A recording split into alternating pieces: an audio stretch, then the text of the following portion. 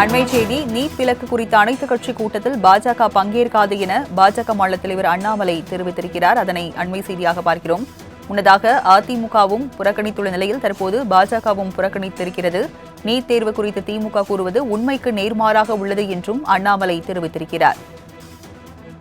NEET விலக்கு குறித்த அனைத்து கட்சி கூட்டத்தில் பாஜக பங்கேற்காது என மாநில தலைவர் அண்ணாமலை தெரிவித்திருக்கிறார். விவரங்களை செய்தியாளர் ராஜேஷ் வழங்க கேட்கலாம். ராஜேஷ், அதிமுகவை தொடர்ந்து பாஜகவும் இந்த கூட்டத்தில் பங்கேற்காது என்ற அறிவிப்பு வெளியாகியிருக்கிற விவரங்கள் என்ன? வணக்கம். நீட் தேர்வு வந்த பிறகே தமிழகத்தில் சாமானிய குடும்ப பின்னணி கொண்ட மாணவர்களும் அரசு பள்ளி மாணவர்களும் மருத்துவ கல்வி படிக்கும் வாய்ப்பு பெற்றிருக்கிறார்கள்.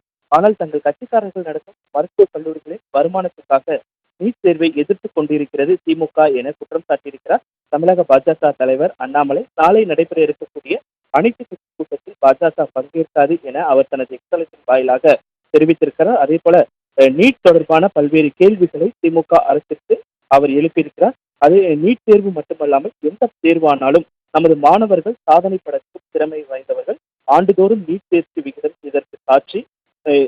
முதலமைச்சர் அவர்கள் நீட் எதிர்ப்பு என்ற பெயரில் நீங்கள் ஆடும் சுயநல நாடகம், எனவே இனியாவது உங்கள் நாடகங்களை நிறுத்திவிட்டு தமிழக மாணவர்களை நிம்மதியாக படிக்க விடுங்கள் என்று அவர் அந்த அறிக்கையின் வாயிலாக கேட்டுக்கொண்டிருக்கிறார். விவரங்களை வழங்கியதற்கு நன்றி ராஜேஷ்.